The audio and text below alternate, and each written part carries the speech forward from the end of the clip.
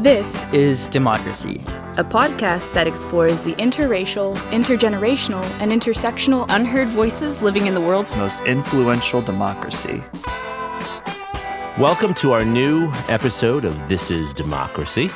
This week we're going to talk about the census and the historical and contemporary role of the census in American democracy. Why do we do a census? Why is it in the Constitution? And why is it so crucial for our democracy? We have with us, I think, the foremost academic and policy authority on this topic, Teresa Sullivan, who's a former professor and leader of the University of Texas, as well as the University of Virginia. She's now a university professor and president emerita of the University of Virginia and currently serving as the interim provost of Michigan State University, her alma mater. Teresa Sullivan began her academic career as a demographer, developing analytical techniques that the census uses today, including the census public use sample. She was an investigator on a large international sample survey with colleagues at the University of Texas, including one you might have heard of, Elizabeth Warren. They led an original large-scale data collection of consumer bankruptcy records, among many other topics. So we have someone who's an expert on the study of the census and an expert on the doing of the census. Terry, thanks for joining us. Thank you. I'm really glad to be here. So before we turn to our discussion with Teresa Sullivan, we have, of course, Zachary's scene-setting poem for this week. What's your poem titled, Zachary? Dear Governor. Dear Governor. Let's hear it. I know you mean well. I know you don't mean to divide us, heaven and hell. I know you sleep uncertain every night, knowing deep down we are right. I know you are trying to save some remnant of a nation you think has become far too feminine. I know you believe in some American mythology of white Christian exclusionary methodology. I know you can count. I know you can see that 2 and 2 does not equal 3. I know you know just as well as I that all of us triumph when none of us cry. I know you understand we all deserve to be heard. None of us can live with dreams deferred. I know you believe in this great democracy, so don't hide away in your empty hypocrisy. There's something more important than party, something more important than who came here early or tardy. There is something more righteous even than patriotism, or which side you fall on of the partisan schism. There is something more mighty than a racist nostalgic, something more powerful than propaganda magic. There is something far more powerful than you or I, and I hope you can see it. We need you to try. It's the truth. And everyone knows it is the divine, ever-righteous rose. So when it comes time for this 10-year count, remember we won't forget. We'll hold you to account. Don't let us see our values affronted. Come April, don't let us see America stunted. Don't let our voices be discounted. And see to it, please. Make sure we're all counted. Sincerely, America's undercounted. I love it, Zachary. What is your poem really saying? My poem is really about how important it is that state leaders, like the governor of Texas, get involved in the census and make sure that everyone's counted, because there are a lot of threats to it right now, and we need to make sure that it's as accurate as possible. That's great. That's great. Terry, why do we do a census in our democracy? Great question. It's actually in the 6th sentence of the Constitution. And so the other question is, well, why did they put it into the Constitution? Right. Yeah.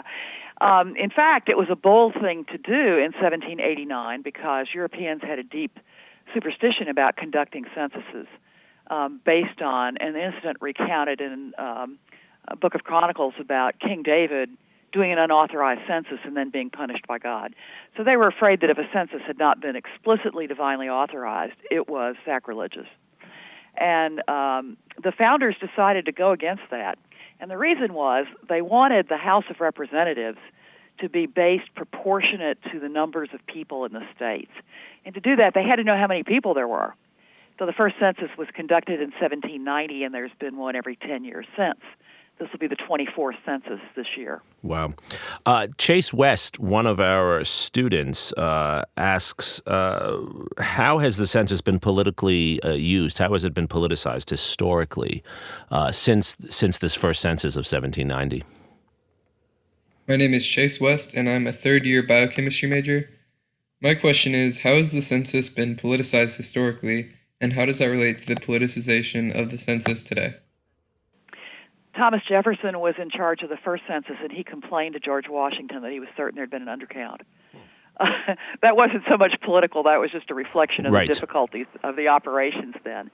But there has been political concerns of various kinds, and it shows itself in terms of, first of all, budget. Congress can restrict the budget the Census Bureau has, and that happened after the 2010 census. The Census Bureau has never gotten what it's requested or even close to it.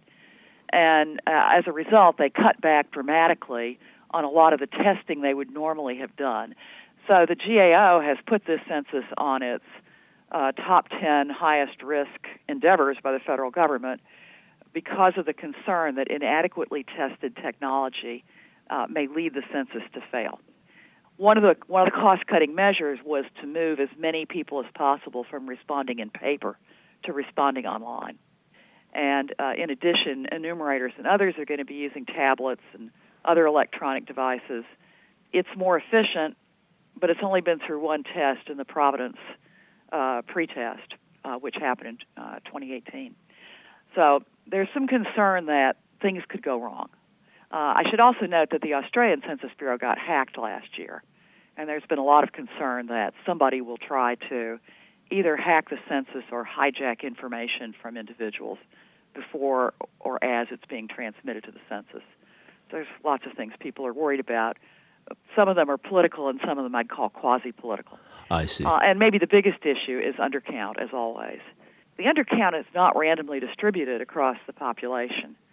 The hard-to-count people are the most likely not to be counted, and the big hard-to-count groups, and now think about Texas when I say this, are children, minority groups, rural residents, and renters. And Texas has a big share of all of those. Yes. But Texas actually is a state very likely to have a large undercount.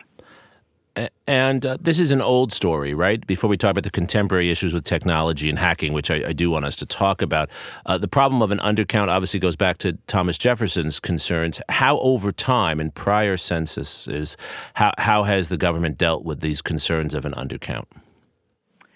Well, the principal way has been by going back to a household over and over again to try and get a completed return. And that's expensive because you're sending a human being on a payroll, to go knock on doors. Right. But the Census Bureau has been very diligent about doing that, and one way to save money is to cut back on how much of that you do. Mm-hmm. And that will also be done in this census. Instead, they will turn to what are called administrative records. So if you live at 121 Pine Avenue and there's no census return for 121 Pine Avenue, they'll go to some other administrative record, like Social Security records, to see if they can find out who's in that household. And that's different from what they've done in the past. But the Census Bureau works very hard to get a complete count. It's just that America is hard to count. We're a mobile population.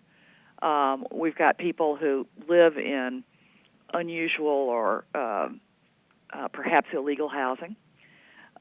We've got people who, for one reason or another, don't want to be counted, don't like the government, worried that they're engaged in something illegal.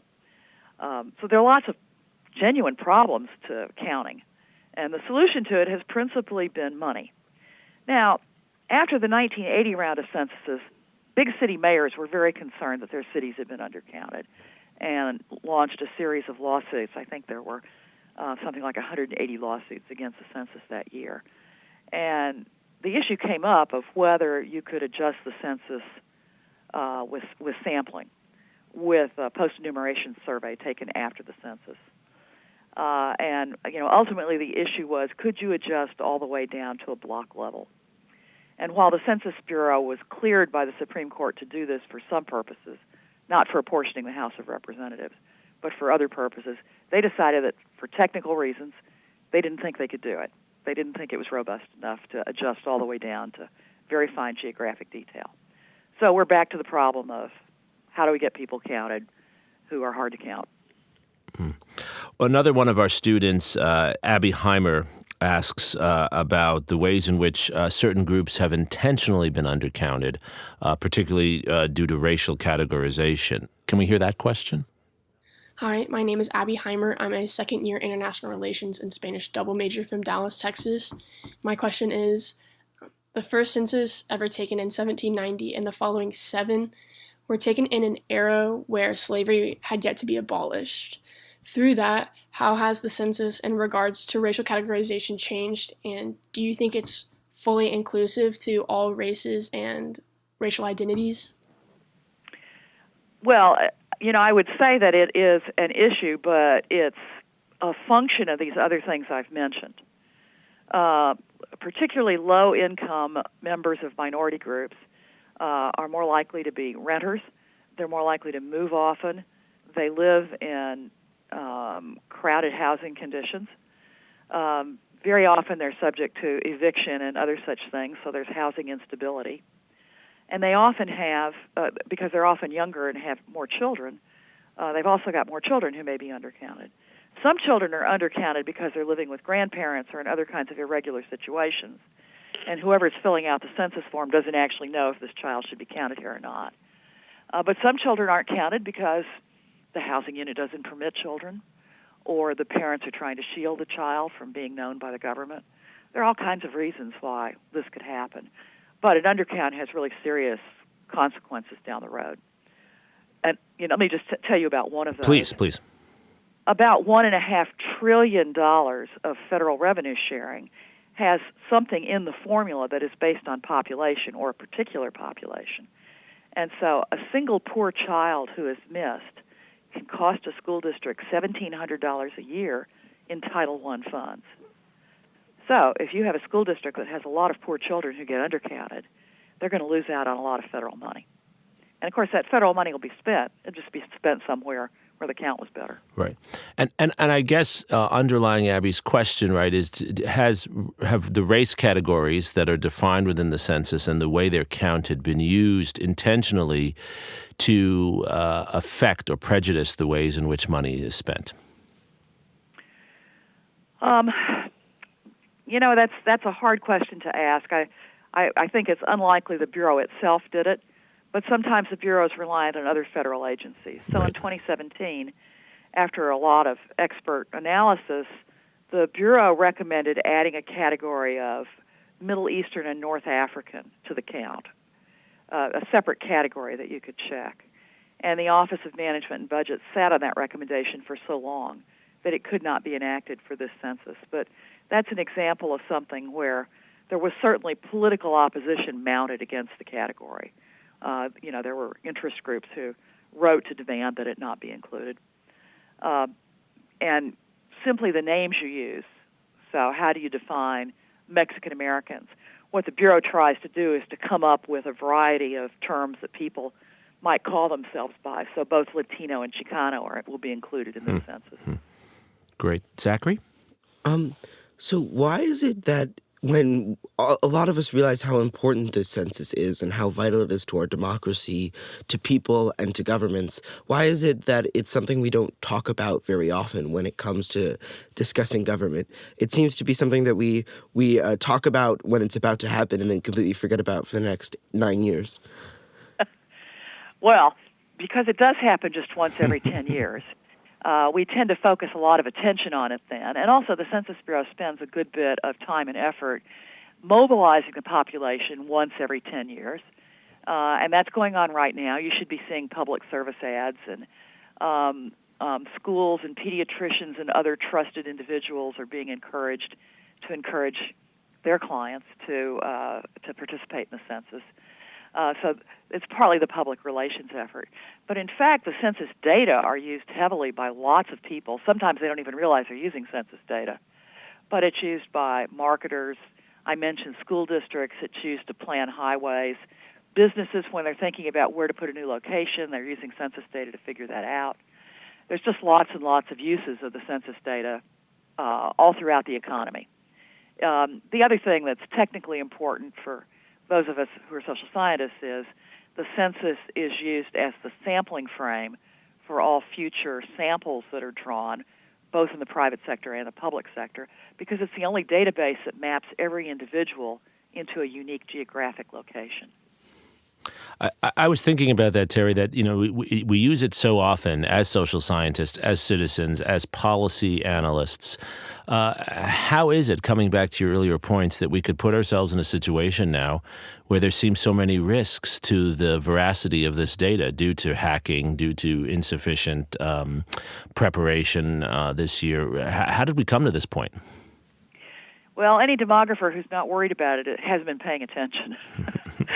I think a lot of us are very concerned that this might not be a good census. And I will say, in the political realm, there is a belief, and I want to underscore this is a belief, and not necessarily a proven fact, but there's a belief that a poor census benefits Republicans.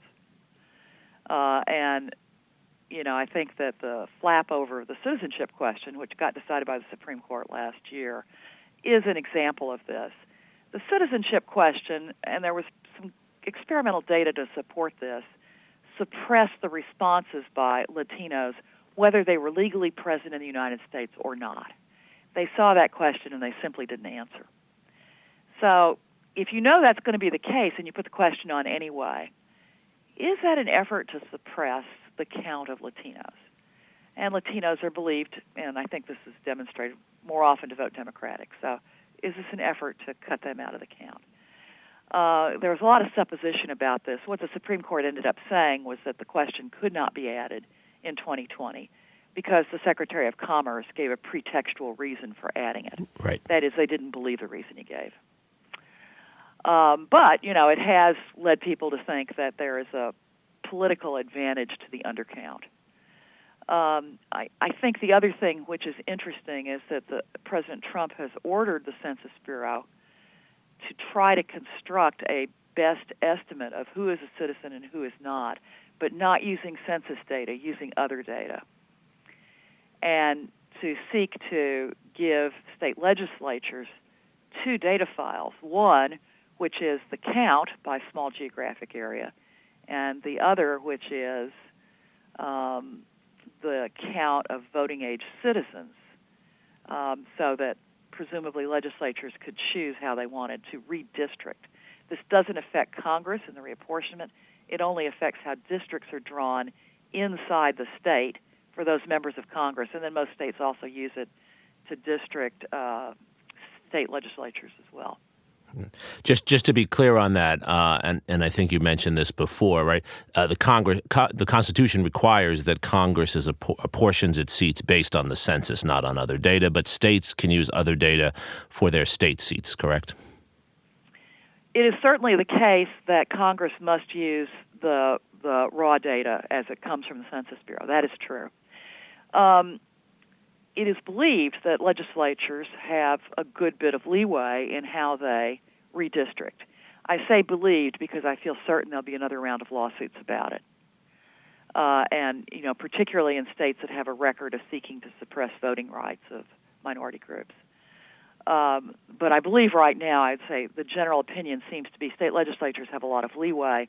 And last summer's Supreme Court decision about gerrymandering, which said it was a political matter and not a matter for the courts, probably reinforces that. And in the past, Terry, I don't, as a historian myself, I don't know the answer to this. In the past, have legislatures used non-census data in apportioning state assembly and state senate seats? Yeah, I understand that Hawaii has used voting records or voting rolls, in part because there are so many people living in Hawaii who are not really residents of the state, so they are stationed with the military, they're tourists, they're short-term visitors, and so on. So I do understand that's one state that has done it, but there are other states who are certainly looking at it. So I guess what we have to turn to now, what we always turn to in the latter part of our discussions, is what can we do about this? For those of us who care about an accurate count, first of all, because we're good social scientists and care about accuracy, but also because we care about fairness. And your point about schools is so poignant. The funding for children, for schools, for child health, for so many issues is deeply dependent upon an accurate count. What can we do as citizens and activists to encourage a good census? Well, each of us has a network. We have, friends and neighbors and coworkers and others that we interact with. And it's a great time to encourage the people we know to complete the census form. And, I think that we can put to rest a lot of people's concerns about their confidentiality of their personal data. I firmly believe that the Census Bureau does keep that information confidential. Census employees take a lifelong oath to keep it confidential, and they're not permitted by law to share it with any other agency. So I think that the data themselves are about as secure as we can make it, and I think people should feel free to answer it. There are also complete count committees that are seeking to turn out the count. I'm pretty sure that there is one in Travis County or possibly in the city of Austin, and there are other localities in Texas that have it. Unlike many states, Texas does not have a complete count committee for the whole state. But states like California are putting forward a lot of money to basically do what is almost a parallel census to help ensure that they have the maximum count. So a lot of states are doing a lot of work to make sure people get counted. And what about going forward beyond this census? What can we do as we hope and hypothesize on our weekly podcast here that we're entering a reform period for our government soon? How do we encourage this to be part of a series of what we might call progressive reforms for our government going forward? Well, I think one thing is, to the extent possible, try and insulate the Census Bureau from politicization. Right now, the people in the Census Bureau tend to be very dedicated professionals, highly skilled, by the way. I mean, some of the biggest reforms in social science data collection have come out of the Census Bureau. And to try and insulate them from this. And, of course, part of that insulation is don't starve them of the funds they need to do the research to do a better count. And it's easy to do that in years that don't end in zero because you figure the census is far away. Right. We can save money on that now. Well, actually, you can't. Right. You've got to keep going because people in the Bureau need to continue to test and refine their techniques as our population changes and as the technology around us changes. I think those are maybe the most important issues. Well, as I listen to you, it's so clear that we need talented people, leading thinkers, as scholars, as demographers, to be involved with these issues and to devote some of their own career to them. How did you get involved in this? Well, I did my dissertation using the 1960 and the 1970 public use samples. So these are developed by the Census Bureau. They are extracts of the census data, but they're actual samples. So you don't have to worry about whether you have a random sample or not. You do. Any identifying information is gone, so you can't tell who this person is. What you know, however, is the generic information about age, sex, race, level of education, and so on. So these are pretty detailed samples, and I use them to estimate the amount of underemployment in the United States. Not just unemployment, right? Which is the measurement of that's pretty well developed now. But measures of underemployment. And, I learned a lot about the census in the course of doing that. And, of course, I taught demography courses at Texas for many years using census data in class. But eventually the Census Bureau asked me to serve on their they have a professional advisory group made up of statisticians and others who, are trained in areas the census is interested in. I eventually chaired that group. And we were consulted on a wide variety of things. I served on a couple of National Academy panels that also looked at particular issues about the census. So I've had the opportunity to see the Census Bureau from a number of different perspectives, and I've always been impressed with how hard they work and how hard they try to do the right thing. The issue is with any kind of technical innovation, what is the right thing is hard to figure out. Sure. Yeah, and I mean, right now that issue is about what's called differential privacy, which is a statistical technique the Bureau is planning to deploy in the census. A lot of the professional community is unhappy about it. There'll be a lot of conversation about that. But it's an effort to protect the privacy of individuals by injecting what's called noise into the data. And the intention is that you'll never be able to identify a particular individual in the census. But what users are worried about is you'll never know if your data are accurate or not. That's a problem. Yeah, it is. So Terry, my final question for you. This has been just a wonderful, in-depth examination of these issues. Do you see other young, talented people, the next generation of Terry Sullivans out there getting involved with these issues, bringing their talent to bear, not just on the count, but on the statistical measures and the uses of technology and demography around these issues? I do think that is happening. I had the privilege of giving the president's invited address at the American Statistical Association last summer, and I talked about these very issues. And I was really impressed by how many statisticians, including students who were present there, were intrigued by the issues and by the opportunity to really be at the cutting edge of important developments. So I think the Census Bureau will be able to continue to recruit very talented people, assuming they've got the money to do it with. Right. Zachary, do you think young people like yourself will be excited and energized to care about these issues and to get involved with doing the work of making sure that we're counted in a democracy, counted in a way that protects privacy but also allows for the accurate use of our resources? I think we will, and I think it's mainly because it's so important to our future, more so than really any other group in American society. It's most important to America's young people. But I think that what we really need to think about going forward is how do we bring the census to the forefront of our political discussions, even when it's not a year when we're about to conduct a census. Right, to keep our attention on the issue. Great. Terry, really last question now. What should our listeners be looking forward to? What will they hear from the census in the next few weeks? We in Austin have not received anything yet. What should we be looking for? Well, you won't get anything probably until starting March 12th, and it will be a letter that every household receives. Now, Austin is an area that has a high level of connectivity and internet usage. So it's very likely that most of the Austin population is going to get a letter that has a code, and you can enter that code online that will uniquely identify your household address, and you can complete the census online. It'll take about 10 minutes. You can do it with a smartphone, too. For people who don't have access to the internet, there'll also be paper questionnaires, and they're available in 12 or 13 languages. So even if English is not your first language, you should be able to get the census form in a language that you understand. Will it be sent to people's homes? How does that work? Yes, it goes to your household address.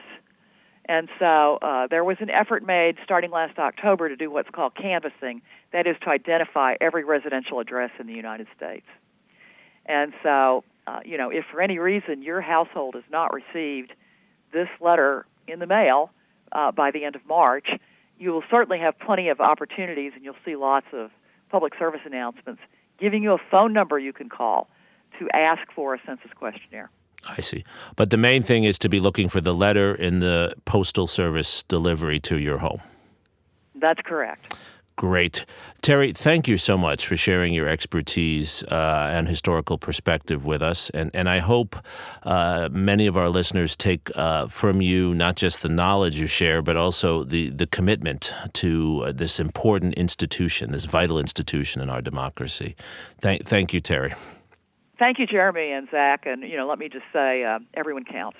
Everyone counts, that's right. And Zachary, thank you for your poem and for your questions today and for helping to inspire young people to care about the census and our democracy. Thank you to our listeners for joining us for this week's episode of This is Democracy.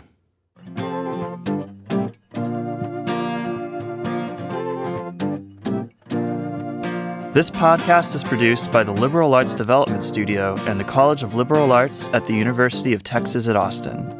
The music in this episode was written and recorded by Harrison Lemke, and you can find his music at harrisonlemke.com. Subscribe and stay tuned for a new episode every Thursday featuring new perspectives on democracy.